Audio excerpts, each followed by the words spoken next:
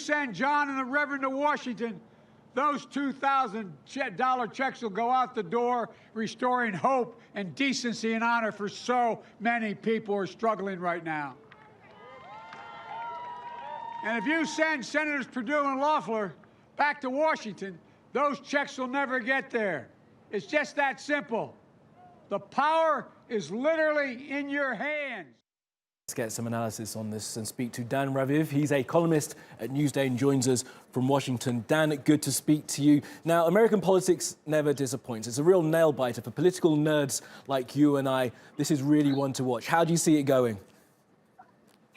It's really hard to tell, but in November, the Republicans did a little better. Georgia is thought of as basically a conservative state. That favors the two senators who are big fans of Donald Trump, as you said, David Perdue and Kelly Loeffler. So I would say they are favored. But on the other hand, Donald Trump has thrown so much confusion into the race by saying that the November result was not legitimate, in which the state of Georgia went to Biden and not Trump. Of course, quite famously over the weekend, Trump made a phone call to Georgia officials trying to persuade them to change the numbers.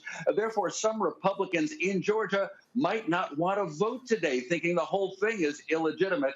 That, of course, would hurt the Republicans. But the Democrats have to win both Senate seats in order for the Senate to be 50-50, allowing Joe Biden, after he becomes president January 20th, to push a lot of his legislation. So the Democrats have to win both seats today. That's not likely to happen, though it could come out. It definitely could. And confusion's a very polite word for what Donald Trump has thrown at this race in the past couple of weeks.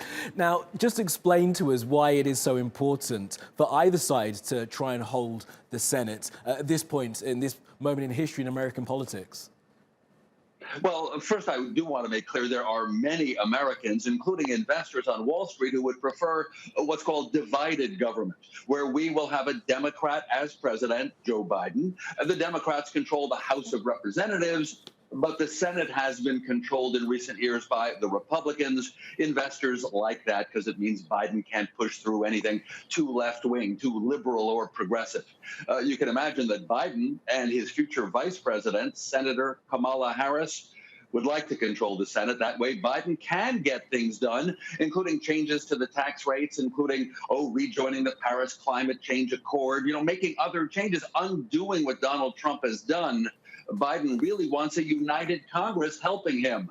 So if the Republicans can hold on to the Senate, even just barely, then the Republicans, frankly, can put the brakes on a lot of what Biden and Kamala Harris want to do.